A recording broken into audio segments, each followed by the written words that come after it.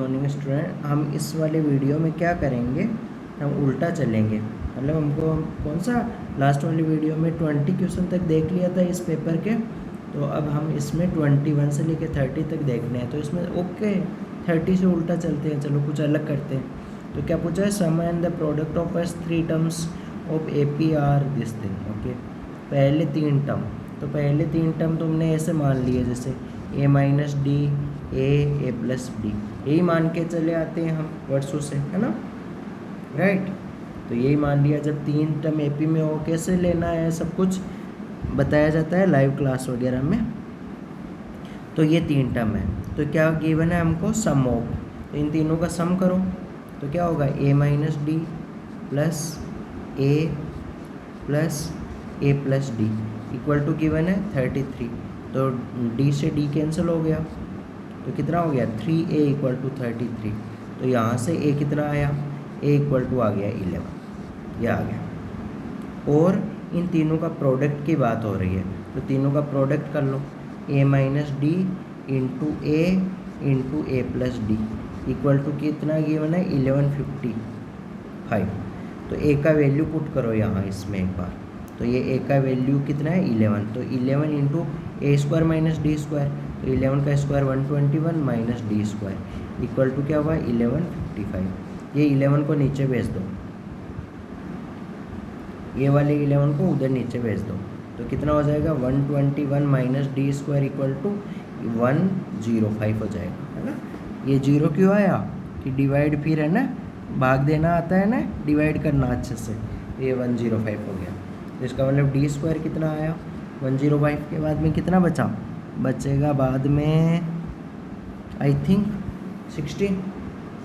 तो फिर इसका मतलब डी के 2 वैल्यू आया, डी का वैल्यू 4 आया, डी का वैल्यू -4 आया। अब हमको क्या पूछा है, 11th टर्म पूछा है। अब एपी की बात हो रही है, ये थोड़ा मिस्टेक, अच्छा क्वेश्चन, काफ़ी स्टूडेंट इसमें मिस्टेक कर देते हैं। 11th टर्म पूछा है इसका, तो फर्स्ट टर्म क्या होगा, फर्स्ट टर्म लोग ए को ले लेते हैं, वो गलत है। फर्स्ट टर्म क्या होगा, ए माइनस डी होगा। तो ए माइनस डी, ए कितना आया था हमारा 11, तो 11 माइनस डी, डी कितना है 4, तो 4, तो 11 माइनस 4 कितना हुआ, 11 में से 4 घटाओ तो कितना होगा, 11 में से 4 घटाया 1 घटाया तो 10 और 3 घटाया तो 7। तो ये 7 वाला ये फर्स्ट टर्म हुआ, A1 मान लो इसको, ये AP का फर्स्ट टर्म हुआ। और AP का D कितना हुआ, D 4 को ले रहे हो, एक बार पॉजिटिव वाला, दोनों अलग अलग लेके देखना पड़ेगा, फिर चेक करना पड़ेगा कि कौन सा ऑप्शन में है। तो D कितना है 4, तो ये A1। अब इसका फॉर्मूला लगाओ, A11 निकालना है, तो A11 क्या होगा, AN का फॉर्मूला होता है A1 फर्स्ट टर्म है n-1 इंटू डी, n की जगह 11 पुट कर दो, तो A1 plus 11 minus 1 10 into D, A1 का वैल्यू पुट करो, A1 कितना है 7, तो 7 प्लस 10 इंटू डी, डी कितना है 4, तो 47 कितना आ गया, लेकिन 47 तो ऑप्शन में नहीं है, इसका मतलब डी इक्वल टू 4 लेके हमारा आंसर ऑप्शन में नहीं है। तो दूसरी वाली पॉसिबिलिटी करो, कौन सी वाली, कि जब क्या हो डी इक्वल टू -4 हो, तो डी इक्वल टू अगर -4 है उस केस में ए माइनस डी कितना आया, ए माइनस डी, तो वो आ जाएगा A11 है माइनस डी कितना है -4, तो इक्वल टू कितना आ गया 15। तो ये वाला हुआ A1 फर्स्ट टर्म हो गया। तो अब A11 का फॉर्मूला लगाओ, तो A11 क्या होगा, A1 प्लस n-1, n का वैल्यू 11, तो 10 n-1 10 हो जाएगा, 10 इंटू डी, तो वैल्यू पुट करो, A1 का वैल्यू कितना है 15 और 10 इंटू डी, डी कितना लिया था उस केस में -4 लिया था, है ना, ये डी है, तो डी की जगह -4, तो ये माइनस का 40, तो माइनस का 40, 15 माइनस 40 तो कितना होगा, माइनस का, एक मिनट देखो, 15 35 25 माइनस का 25। So which option is correct, so इसमें हो जाएगा हमारा option 3 is the correct. So 30 number question में option 3 is correct. Now we will move to next sum. Okay, इस वाले में क्या गिवन है, ये फंक्शन गिवन है f(2) equal to 6, f(2) equal to 6 given है और ये वैल्यू फाइंड करना है। एक बार f(2) पुट करो, लिमिट पुट करो, तो यहाँ इस x की जगह 2 आ जाएगा, तो f(2) ऊपर भी अपर लिमिट लोअर लिमिट दोनों सेम बन गई, तो इसका मतलब ऊपर 0 बन गया। Upper limit lower limit same बनने का मतलब आंसर ऊपर 0 बन गया। ऊपर 0 बन गया, नीचे x की जगह 2 पुट करो तो 2 - 2 0, तो ये 0/0 फॉर्म हुआ। तो अब ये चीज़ क्या हुआ, 0/0 फॉर्म है तो क्या लगाना पड़ेगा, एल हॉस्पिटल लगाना पड़ेगा, है ना, जिसको एल हॉस्पिटल भी बोलते हैं कुछ लोग, तो वो ये लगा दो। तो क्या है, 6 से f(x) है और ऊपर क्या है 2t dt है और नीचे क्या है x - 2 है और लिमिट क्या है x टेंड टू 2 है। लगाओ एल हॉस्पिटल।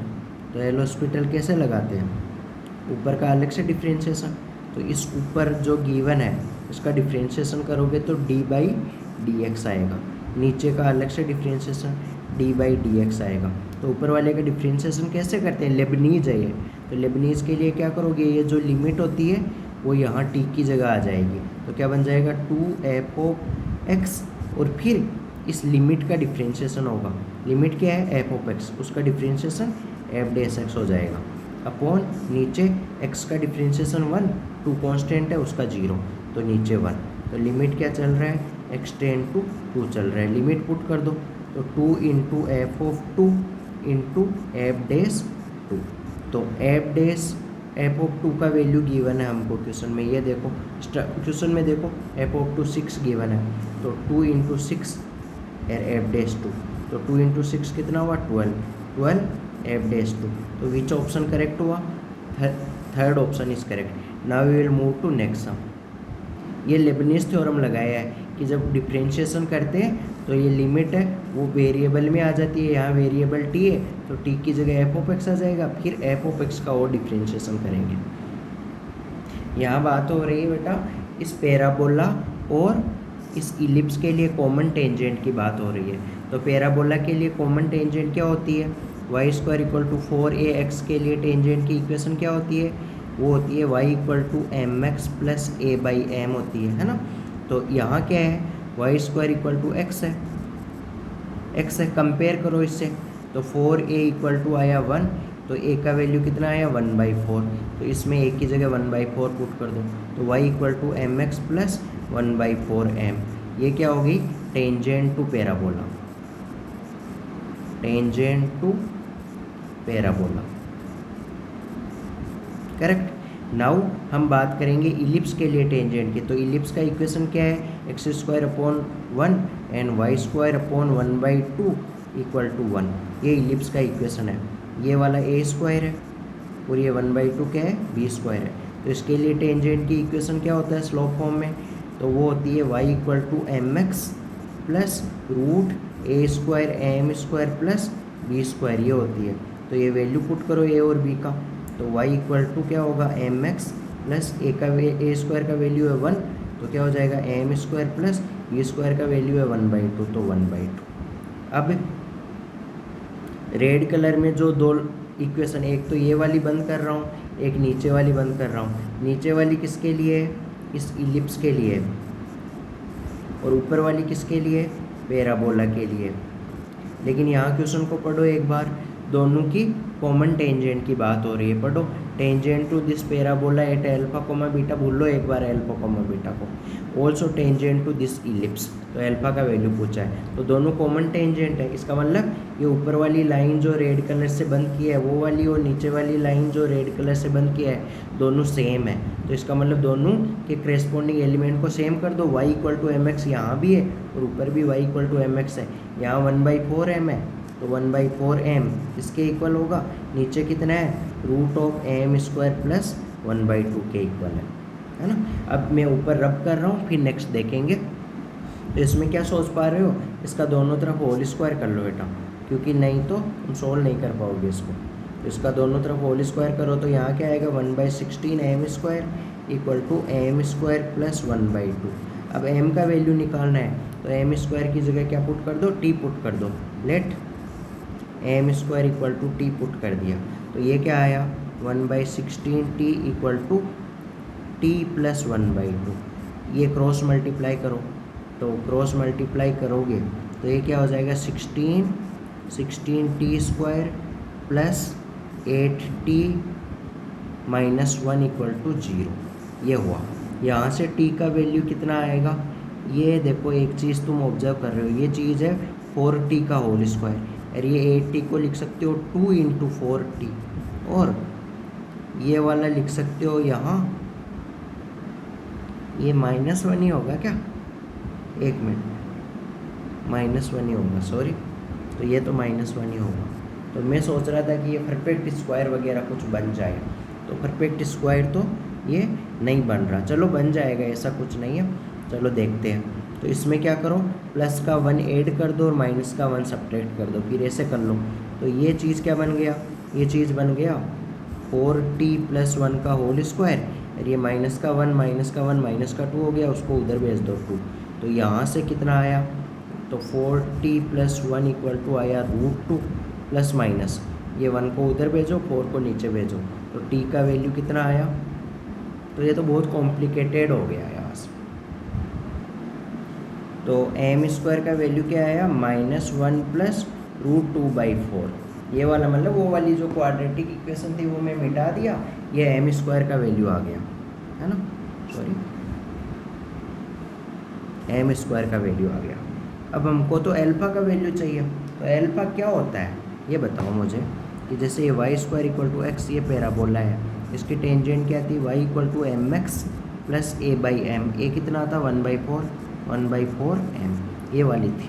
तो इसके ऊपर जो टचिंग वाला पॉइंट है वो पॉइंट क्या होता है, तो वो वाला पॉइंट वैसे तो होता है क्या, 80², 280 होता है ना। तो a तो यहाँ क्या है 1/4, तो 1/4 t², 280 कितना है 280, तो वो 1/2 हो जाएगा, और t, अब t क्या होता है उसमें, तो उस केस में पैराबोला का इक्वेशन होता है ty = x + 80² होता है। तो t क्या होता है, ये y = कितना हो जाएगा x/t प्लस, ये कैसे होता है, ये सब लाइव क्लास वगैरह के बिना नहीं आने वाली समझ में। तो यहाँ t क्या होता है स्लोप, तो 1/t स्लोप हो जाएगा, तो 1/t स्लोप हो जाएगा, है ना। तो 1/t स्लोप, तो m का वैल्यू 1/t किसके इक्वल होगा, m के इक्वल होगा। तो ये t की जगह क्या पुट कर दोगे, t को उधर ले जाओ, m को नीचे ले आओ, तो t कितना हो गया 1/m, तो इसमें t की जगह 1/m पुट करो, t = 1/m पुट करो, तो ये क्या बन जाएगा 1/4 m²। तो ये ही अल्फ़ा है, ये जो क्वेश्चन में गिवन है ना अल्फ़ा, तो अल्फ़ा का वैल्यू क्या गिवन है 1/4 m² है, m² का ये वैल्यू इसमें पुट कर दो, तो क्या आएगा 1/4, यहाँ नीचे क्या आएगा -1 + √2, ऊपर 4 चला जाएगा, 4 से 4 गेट कैंसिल हो गया, तो ये क्या बचा 1/√2 - 1, रेशनलाइजेशन करो, तो ऊपर √2 + 1 और नीचे √2 + 1, तो नीचे ऊपर क्या बना, नीचे बना 2 - 1 1, तो √2 + 1 विच ऑप्शन इज करेक्ट, तो 28 नंबर सम में तुम्हारा ऑप्शन हो जाएगा second option is the correct answer. Now we will move to next sum. ये आसान क्वेश्चन है, 10 डिग्री को थीटा मान लो, ये ऐसा कैसा रहना दो, क्योंकि sin 30 तो कितना होता है 1/2 होता है, sin 50 को क्या लिख सकते हो 60 - थीटा लिख सकते हो, क्योंकि थीटा की जगह क्या है 10 है, तो 60 - 10 को घटाओगे। 70 को क्या लिख सकते हो 60 + थीटा, कि थीटा की जगह क्या है 10, तो 60 में 10 ऐड करोगे तो क्या हो जाएगा 70। तो ये क्या बन गया sin 30 को अलग से 1/2 बाहर रहने दो, तो अंदर क्या बना, अंदर बना sin थीटा, sin 60 - थीटा और sin 60 + थीटा। ये किसका फॉर्मूला होता है, इसका फॉर्मूला रिवाइज करो, क्लास नोट्स में बताते हैं। तो sin 3 थीटा / 4, तो 1/2, थीटा किसको माना था तुमने 10 डिग्री को, तो क्या sin थीटा की जगह 10 डिग्री पुट कर दो /4, तो ये कितना हो जाएगा 1/2, sin 30 कितना हो जाएगा 1/2 /4, तो ये कितना हो जाएगा 1/16।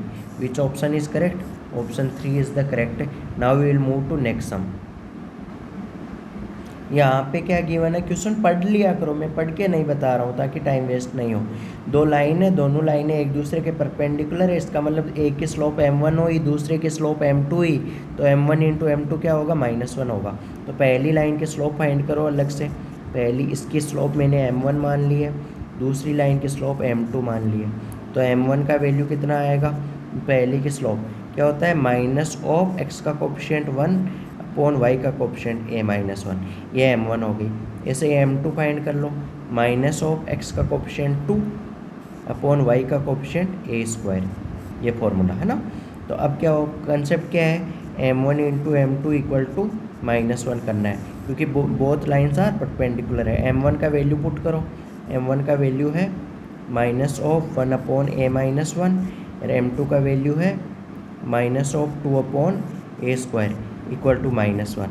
ये वाला माइनस और ये वाला माइनस कैंसिल हो जाएगा, प्लस बना देगा, तो मैं कैंसिल कर दे रहा हूँ, ये माइनस प्लस बना देगा। तो ये कितना आया, उधर मल्टीप्लाई करो तो ये हो जाएगा 2 इक्वल टू, 1 मिनट, ये आ जाएगा तुम्हारा माइनस का 2 equal to a square into a minus 1। तो अंदर मल्टीप्लाई करो, a cube minus a square plus का 2 इक्वल टू 0। तो ये वाले में इसके रूट क्या होंगे, a का वैल्यू कैसे निकालोगे, बाय सब्स्टिट्यूशन से चेक करना पड़ेगा। तो सब्स्टिट्यूशन से चेक करो, तो इसमें तुमको पता है a इक्वल टू -1 सेटिस्फाई कर रहा है, इसमें चेक कर लो, a इक्वल टू -1 सेटिस्फाई करेगा। तो क्या बनेगा, -1 का होल क्यूब माइनस -1 का होल स्क्वायर प्लस 2, तो कितना बन जाएगा, ये 0 बन जाएगा। तो एक a इक्वल टू -1 करेक्ट है। नाउ इसको रब करके प्रोसीड करते हैं। तो पहली वाली लाइन में a इक्वल टू -1 पुट करो, a का वैल्यू आया हमारा, a का वैल्यू आया -1। तो पहली वाली लाइन में पुट करो तो x minus 2y equal to 1। दूसरी लाइन में भी a की जगह -1 पुट करो तो 2x plus y equal to 1। तो पहली लाइन को 2 से मल्टीप्लाई कर दो, तो पहली लाइन को 2 से मल्टीप्लाई करके नीचे लिख दो, तो क्या हो जाएगा, 2x minus 4y equal to 2।